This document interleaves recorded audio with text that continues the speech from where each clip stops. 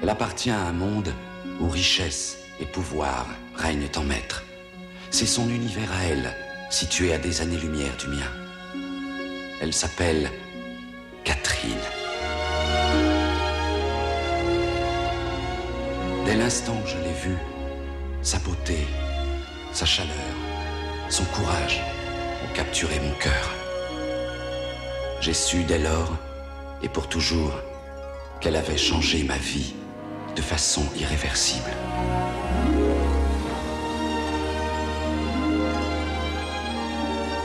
Nul ne sait d'où il est arrivé, de quel bas-fond de la ville. Protégeant son visage du regard des étrangers, ne connaissant ni la haine, ni la rancœur, il m'a amené ici pour me sauver la vie. Depuis ce jour, où que j'aille, son esprit m'accompagne. Notre lien est plus fort encore que l'amitié. C'est un amour impossible. Même séparés, nous ne serons jamais désunis.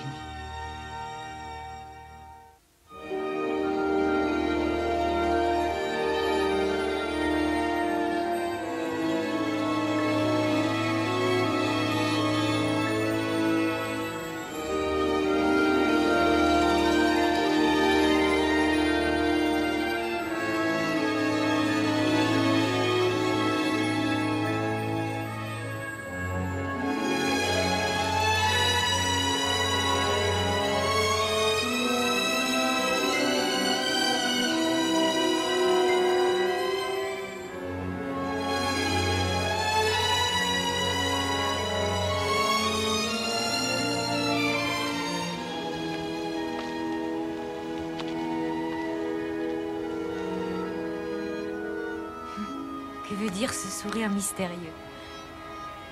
Regarde, la lune. Elle semble énorme cette nuit. Tu te souviens de la première fois où tu l'as aperçue? Comment veux-tu que je m'en souvienne? Tu t'en souviens, toi?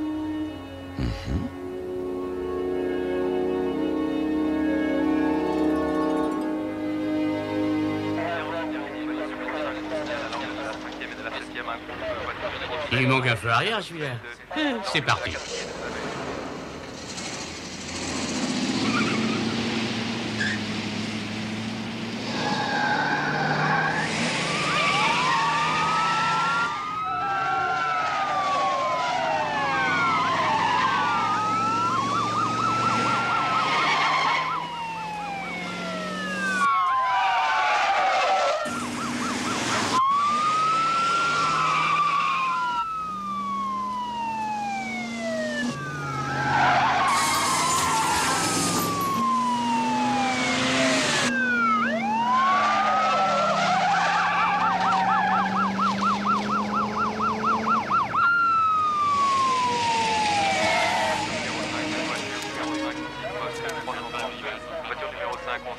À l'angle de la 5e et de la 7e, une voiture bleue, elle correspond au signalement d'une voiture volée du reste de la voiture numéro 5.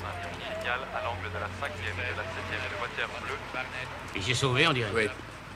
Il s'en fait pareil, quoi. Il va peut-être prendre un hélicoptère. Tu restes là, je vais lancer un appel.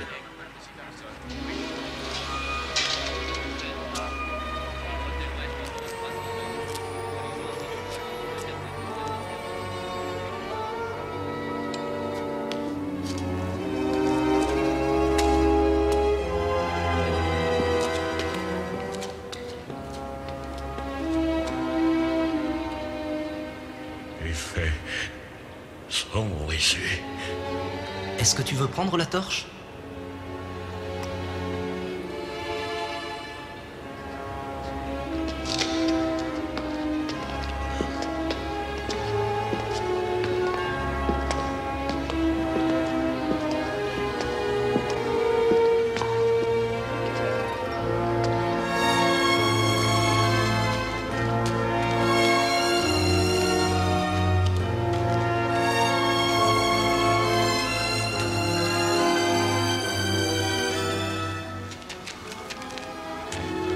Aide-moi.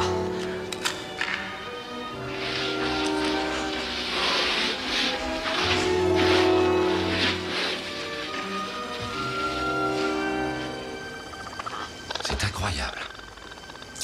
J'en ai observé un là-haut. Et j'ai voulu le reproduire en miniature.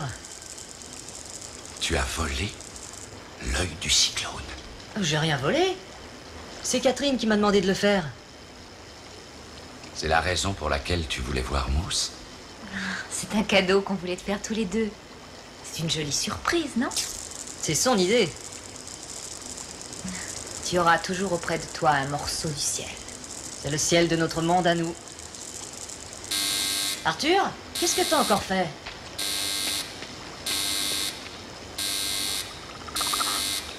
Qu'est-ce que c'est, Mousse? C'est un vieux truc, c'est une alarme, un système de surveillance. Je l'ai jamais mis au point. Ah ah. Ce coup-là, ça marche plus. Ou alors, il marche bien.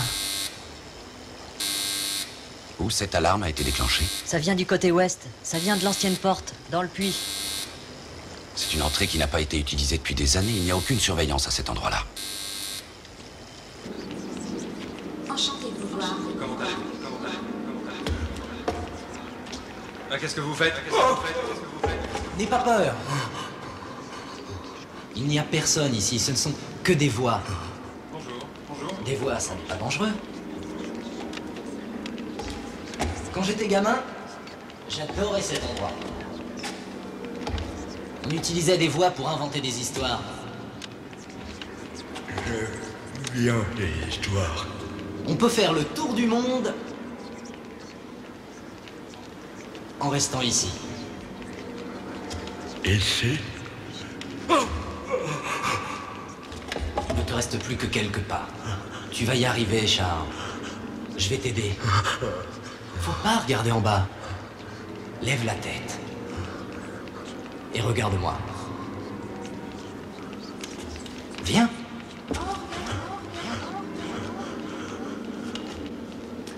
J'adorais m'amuser ici quand j'étais petit. Regarde ce que je faisais.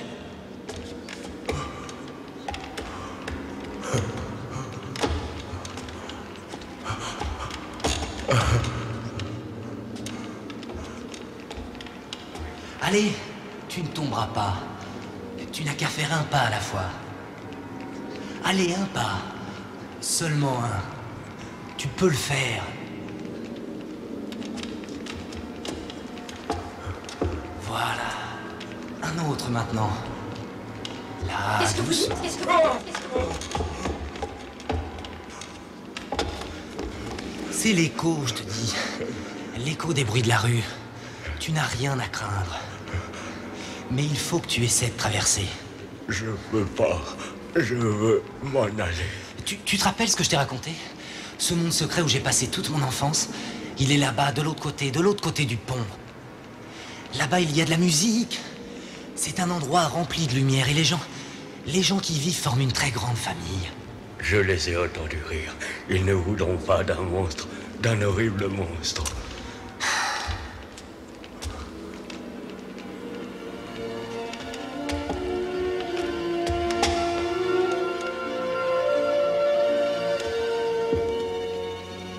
Il n'y a aucun monstre ici.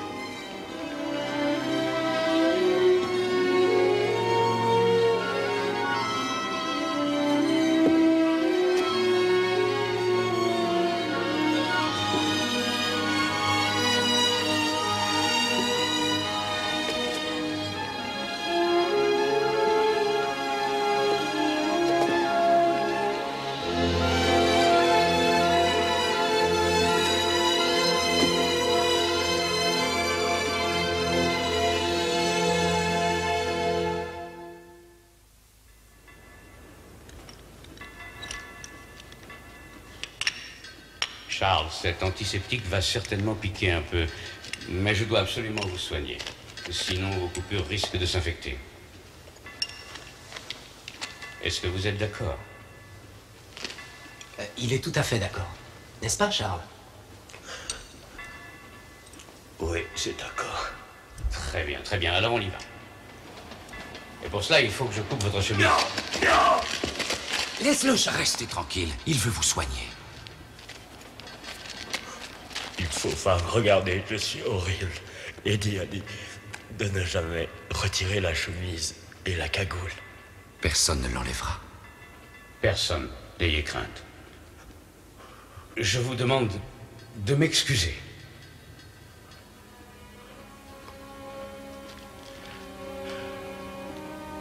Je vous demande de m'excuser.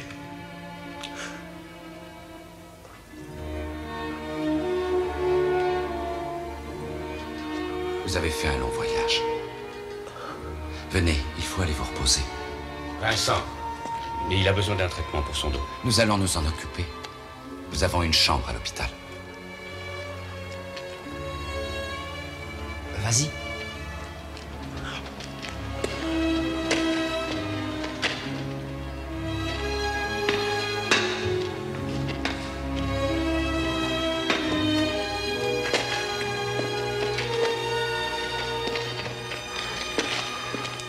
Vous avez mal?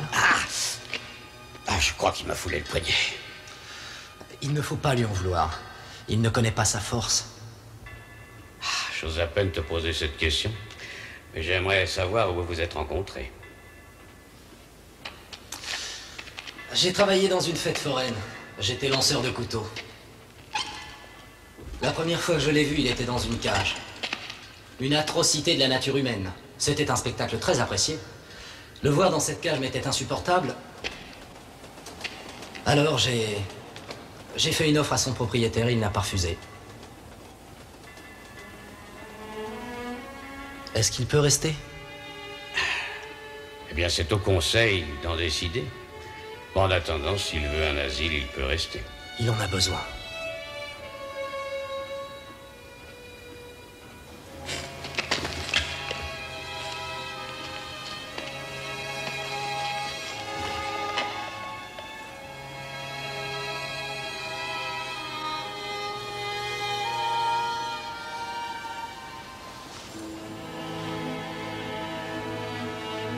Vous êtes différent. Oui. Comme vous. Non, non. Votre visage est bien, pas comme le mien, Vincent. Vous connaissez mon nom? C'est Devine qui m'a raconté. Devine est mon ami. C'est le mien aussi. On est comme des frères tous les deux. Comme Eddie et moi. Vos blessures vous font souffrir. J'ai de quoi atténuer votre douleur. Si vous voulez enlever votre chemise. Non, non. S'ils me voient, ils vont me chasser d'ici. Personne ne voudra vous chasser. Ça n'est pas aussi simple que ça. Tu sais quelles sont nos règles, Devine. Dis-moi, tu le connais depuis longtemps? Ça fait 2 semaines. Est-ce que ces difformités sont importantes? Plus que ça. Bien. Donne-nous un peu de temps qu'on apprenne à le connaître. Maintenant, est-ce que tu peux avoir la gentillesse de courir chercher Mary avant que je ne m'évanouisse? Tu te rappelles du chemin? David.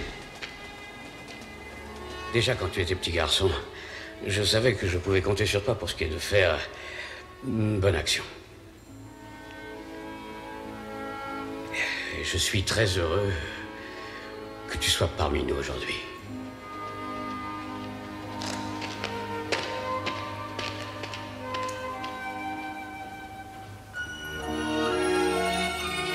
N'ayez aucune crainte.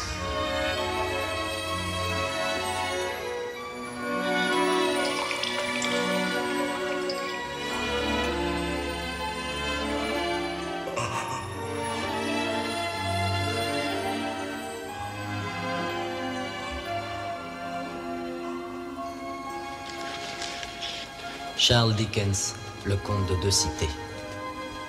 Pour Vincent, joyeuse fête, de la part de ton grand frère David.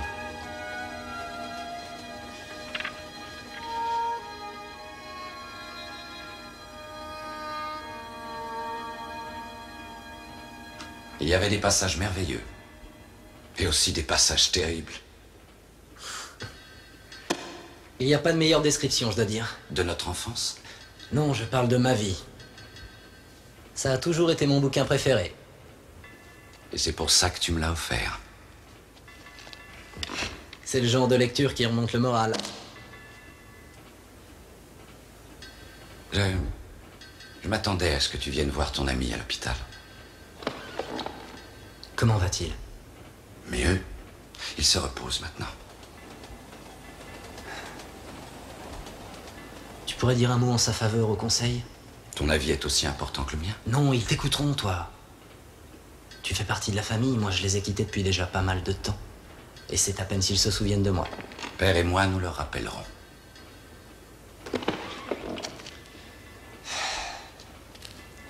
Il y a un tas de choses qui me reviennent en mémoire ici.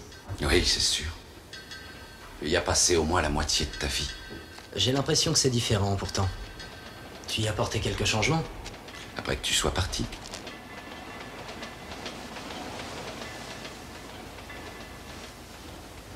Les choses ont changé, Devin, et les années passent. Y a pas que les choses, les gens aussi. Ça arrive parfois. À certaines personnes. Ton amie Catherine travaille toujours avec le juge?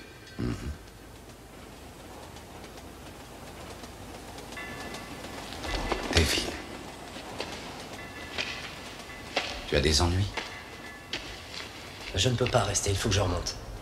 J'ai quelques affaires à régler. Et Charles? J'ai pensé que tu pourrais veiller sur lui.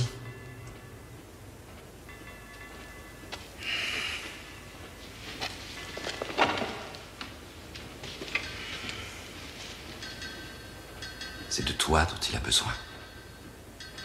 C'est un inconnu, dans un monde inconnu. Il est seul, il a peur. Tu es son ami, tu es sa force. C'est ce que j'essaie d'être. C'est pour ça que je dois repartir.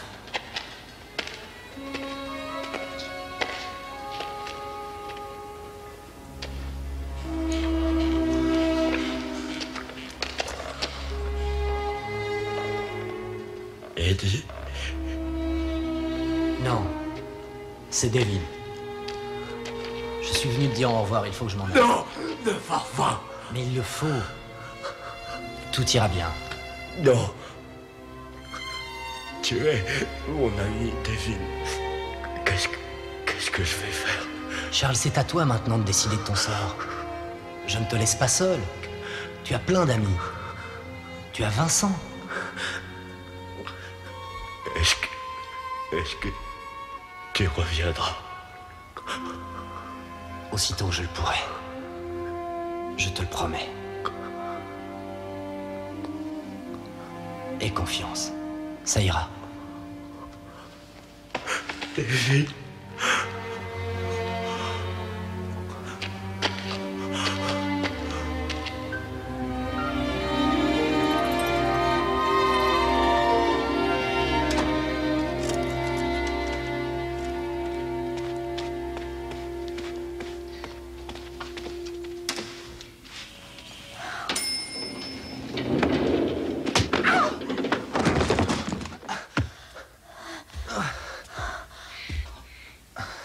Ah, c'est d'accord, on descend. Devin! Oh. Qu'est-ce que tu viens faire ici? C'est ce qu'on appelle un accueil chaleureux.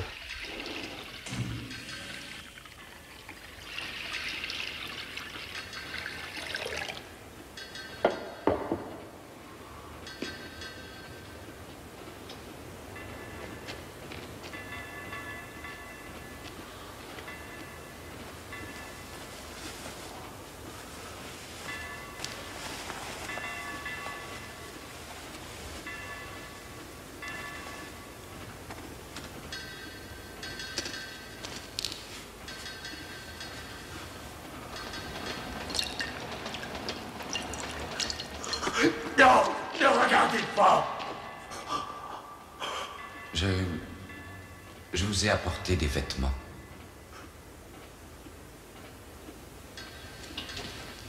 Je les laisse sur votre lit. Non. Restez.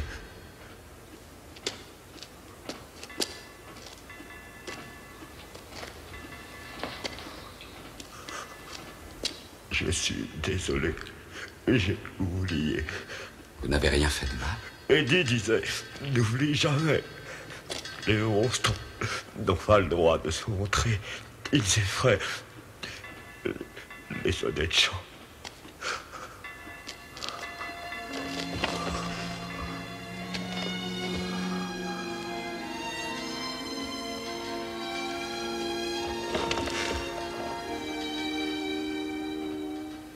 Quand je dois aller dans la rue là-haut, je porte un manteau.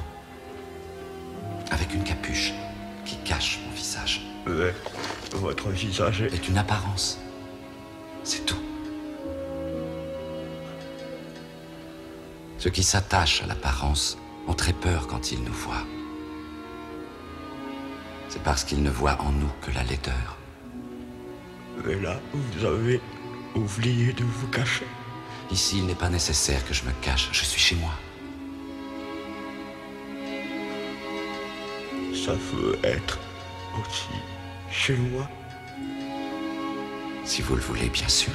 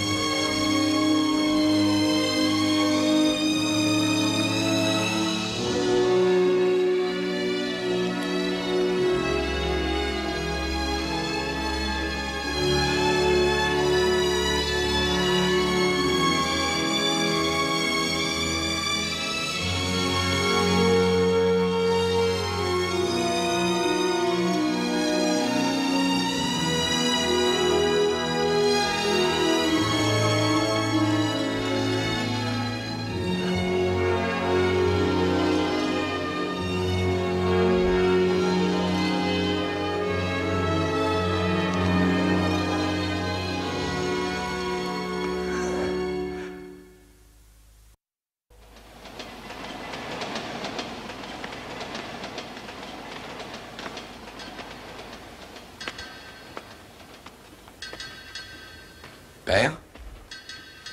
Ah, bonjour Vincent. Où étais-tu? J'ai passé la matinée avec Charles. Devine était avec toi? Non, il est reparti là-haut. Neurofibromatose? Oui, une anomalie congénitale du système nerveux qui se traduit par la déformation des os, des lésions cutanées et sur le corps par la croissance de grosses tumeurs. Des fibromes, en l'occurrence. Cette maladie expliquerait pourquoi il est dans cet état. C'est peut-être la raison. Je ne peux pas l'affirmer tant que je ne lui ai pas fait un examen approfondi. Est-ce que ça peut guérir? On peut éventuellement avoir recours à la chirurgie et enlever les fibromes. C'est une opération courante. Mais si les difformités sont aussi nombreuses et importantes que le dit notre ami Devin, les tumeurs sont très rarement malignes. Et Charles est certainement en parfaite santé. Mis à part ce phénomène, il pourrait avoir une vie tout à fait normale. Sa vie n'est pas normale depuis des années. Enfermé dans une cage. On ne vit pas. Bien sûr. J'ai prévenu le conseil. Nous pourrons nous réunir dès le retour de Devin. Mais Devin peut très bien ne jamais revenir. Quoi?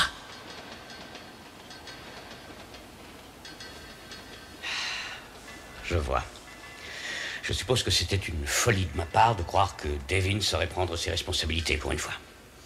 C'est tout à fait lui, ça. Il vient se décharger de son problème et ensuite il s'enfuit. Charles n'est pas un problème, père. C'est un être humain qui souffre. Crois-moi, Vincent, sa souffrance me touche autant que toi. Vous touche? Vous la ressentez? Moi, je la ressens.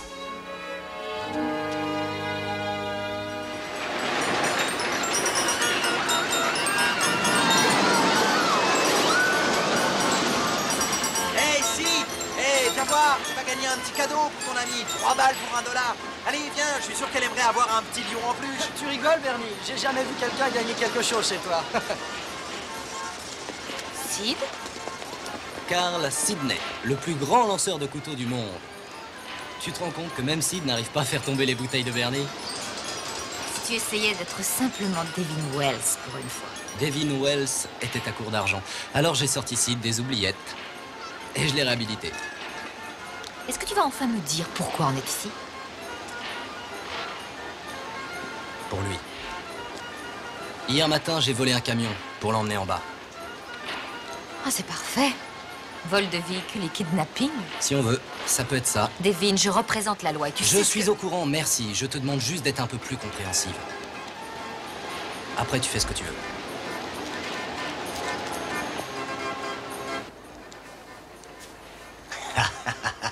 Ah, j'étais sûr que tu reviendrais. C'est dur de supporter ça, hein, pauvre petit. Qu'est-ce qui t'arrive, hein? Le monstre est devenu cinglé? Ou alors cette vision d'horreur te rend malade? Tu fais erreur, c'est pas lui qui me dégoûte, c'est toi. Ramène-le dans sa cage et dis-lui de ne jamais recommencer. Sinon, je serai obligé de me servir de mon fouet. Je te laisserai plus l'occasion de décharger ta colère sur lui. Ah, parce que tu crois que toi, tu vas m'en empêcher?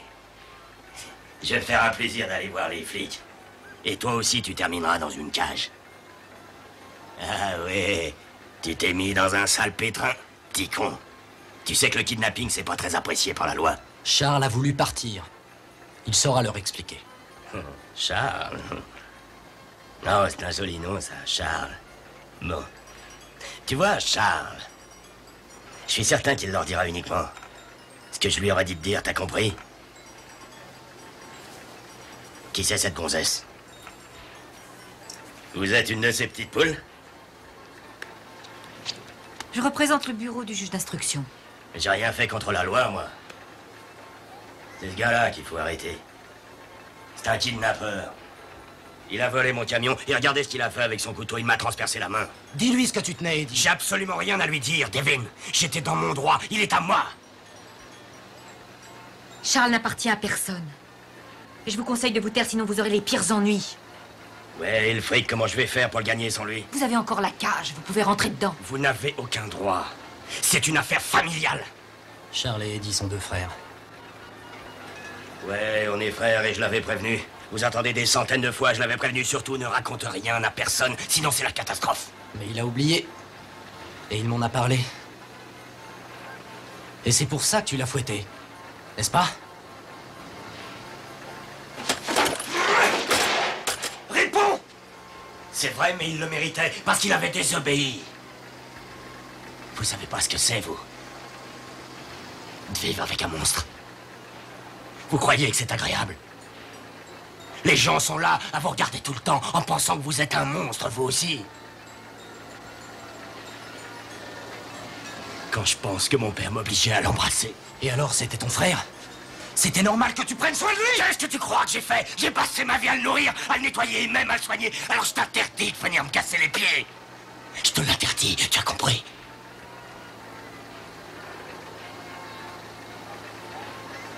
J'aurais pu faire un tas de choses. Et au lieu de ça, j'ai raté ma vie à cause de ce monstre qui était là, accroché à ses barreaux. Devin! Laisse-le tranquille.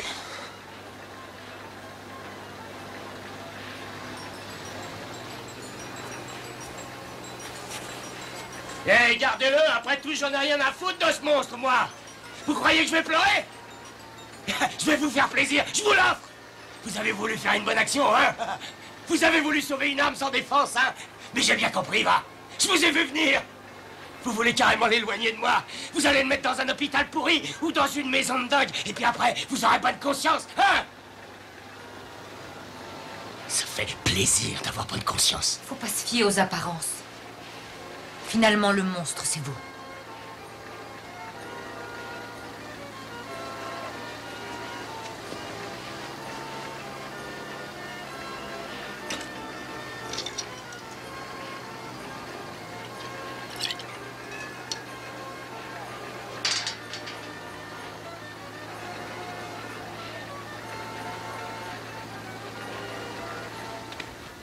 peux entrer, Charles? Je vous ai apporté un livre. Le Conte de deux cités. C'est le livre préféré de Devin. Charles?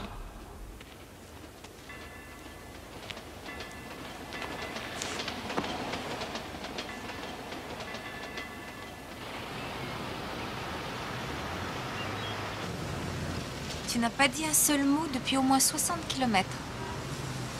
J'avais pas tellement envie de discuter.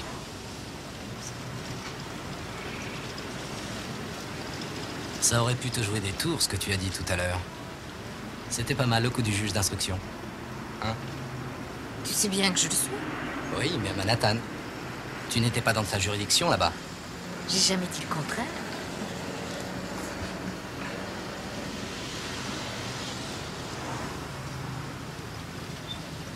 T'es en train de penser à Charles?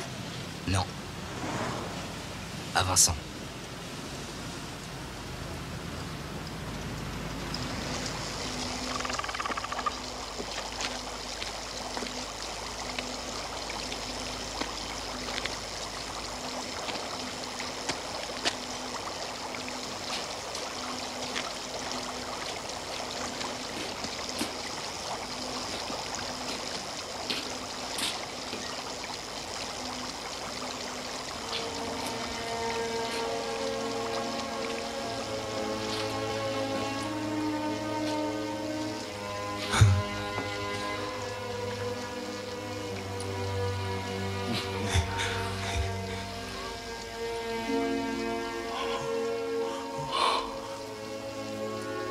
Un orage.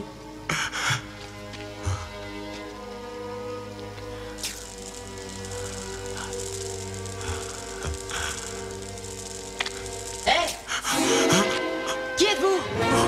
Sortez, vous n'avez rien à faire ici! Ah! Le ciel de Vincent! Vous l'avez cassé! Ah! Qu'est-ce qui vous arrive? Vous êtes fou?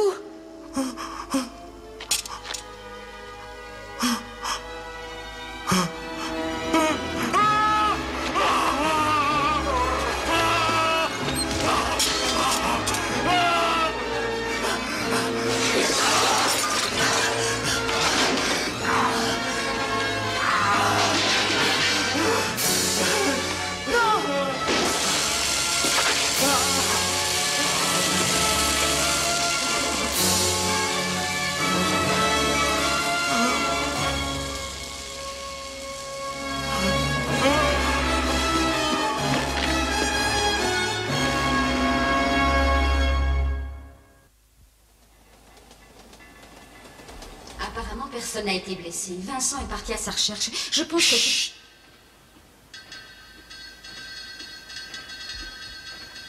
Oh mon Dieu. Mousse. Marie, prends ma trousse, il faut faire vite. Vous avez entendu? Oui, j'ai entendu. C'est l'étranger. Tipper l'a vu. Il était dans le labyrinthe, près de la sortie sud. Il faut prévenir Vincent et tu diras à Pascal d'essayer de joindre très vite Devin. Viens, Marie. On va voir Mousse.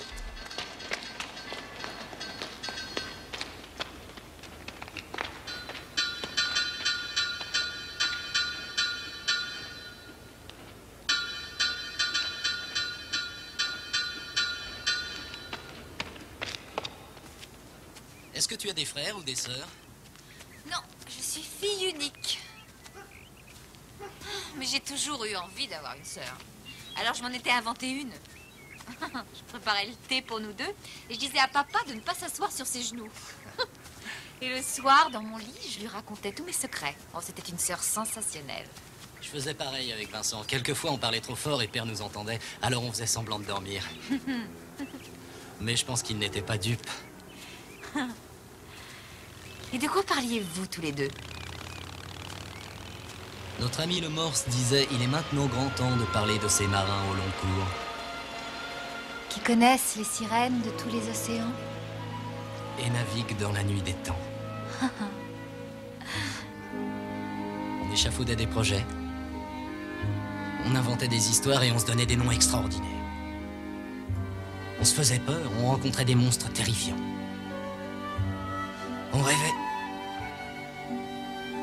Oh Seigneur, qu'est-ce qu'on a pu rêver.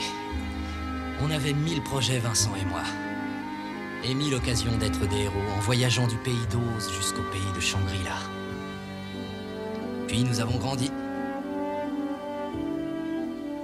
Jusqu'au jour où j'ai réalisé que si je continuais à vivre avec lui, tous ses rêves resteraient enfouis dans nos pensées. Alors, tu vois, Catherine, Eddie et moi, on n'est pas si différents après tout.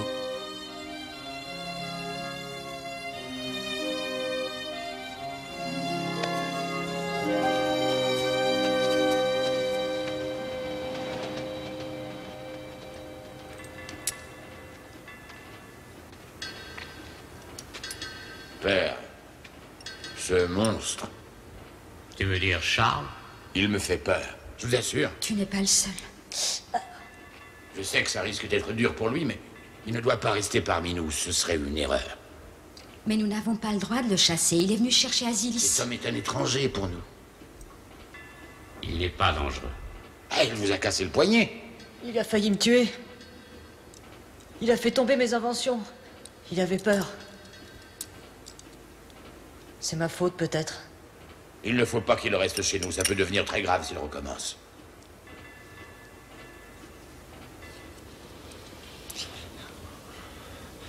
Charles? Charles?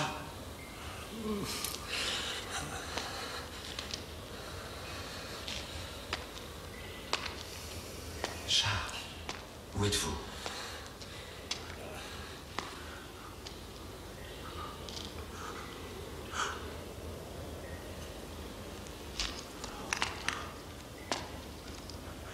N'approchez pas. N'approchez pas.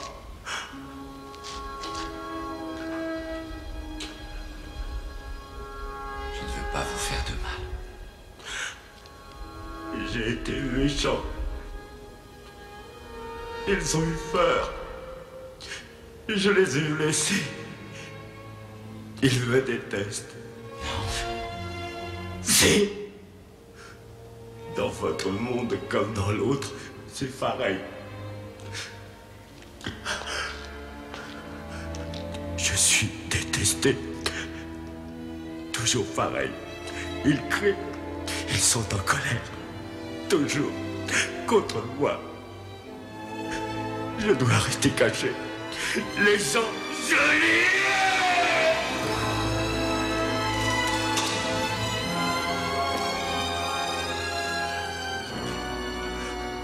Je hais le monde. Quand j'étais petit, je ne connaissais que cet endroit. J'entendais les rires des enfants qui jouaient dans le monde d'en haut. Et je ne souhaitais qu'une chose, découvrir cet endroit merveilleux. Alors un soir, Devin m'a emmené voir le parc.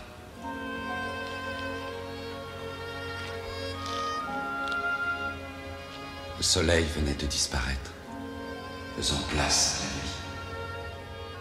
nuit, pleine de parfums et de musique. Tout était différent, je me sentais étourdi. Et en levant les yeux, j'ai vu... Quoi? Un avion? Non. J'ai vu la lune. Je n'avais jamais vu une chose aussi extraordinaire. Et je n'osais pas détourner mon regard, ne serait-ce que quelques secondes de peur qu'elle ne s'évanouisse à tout jamais. Une voiture est passée, tout aussi près de moi que vous l'êtes maintenant. Mais je ne l'ai pas entendue. Quand j'ai baissé les yeux, j'ai aperçu un visage appuyé contre la vitre. C'était une petite fille. Elle devait avoir mon âge. Quand elle m'a vu, elle a eu peur. Elle s'est mise à hurler. Je ne savais pas pourquoi, pas encore. J'ai ressenti comme une douleur atroce. C'était pas sa faute. Elle voulait pas faire de mal. Je venais de découvrir la souffrance. J'ai dit à Devin, à Père, ainsi qu'à tous ceux qui voulaient l'entendre que jamais, jamais je n'y retournerai. Mais vous êtes remonté. Un mois plus tard, Devin avait réussi à me convaincre. Il m'avait promis de rester près de moi. Et il m'a fait expliquer que la pleine lune revenait tous les mois dans le ciel. Je pourrais jamais remonter. Regardez la lune. Pourquoi dis-tu ça?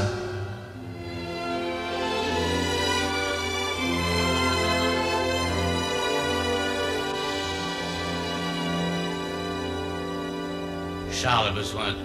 Il a besoin de soins médicaux qu'on peut lui fournir, d'une éducation spécialisée, d'une thérapie. Non.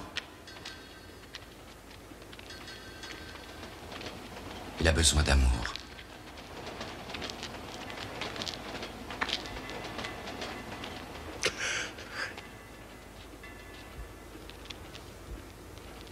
Je suis désolé. Vous n'avez pas à être désolé, Charles. Ce n'est pas votre faute. Nous vous offrons une place parmi nous. Vous êtes chez vous.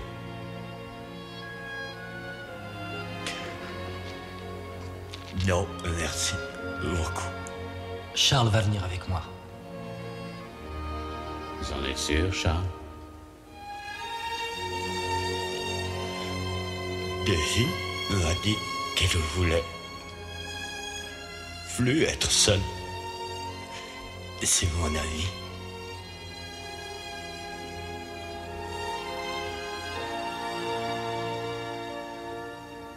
Cette nuit-là, dans toute la ville, on disait de lui qu'il avait le visage le plus rayonnant qu'il leur soit arrivé de voir. Certains disaient même qu'il était peut-être un prophète. Catherine nous a prêté sa voiture. Elle est à l'entrée du parc, là-haut. Vous pouvez partir quand vous voulez. On s'en ira quand on aura fini de lire. Nous en sommes presque à la fin. C'est à toi de continuer.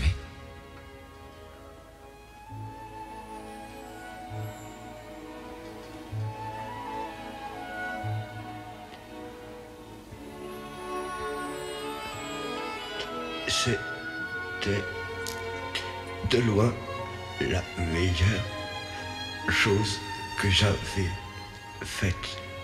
C'était la meilleure chose que j'ai jamais faite. C'était de loin le plus bel asile que j'avais jamais connu. Vraiment le plus bel asile.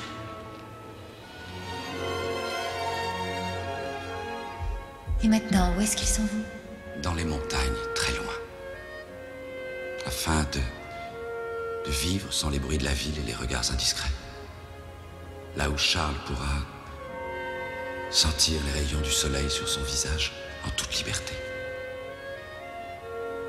Il pourra guérir et deviendra enfin un être humain. Il sera heureux. Entre le pays d'Oz et le pays de Shangri-La.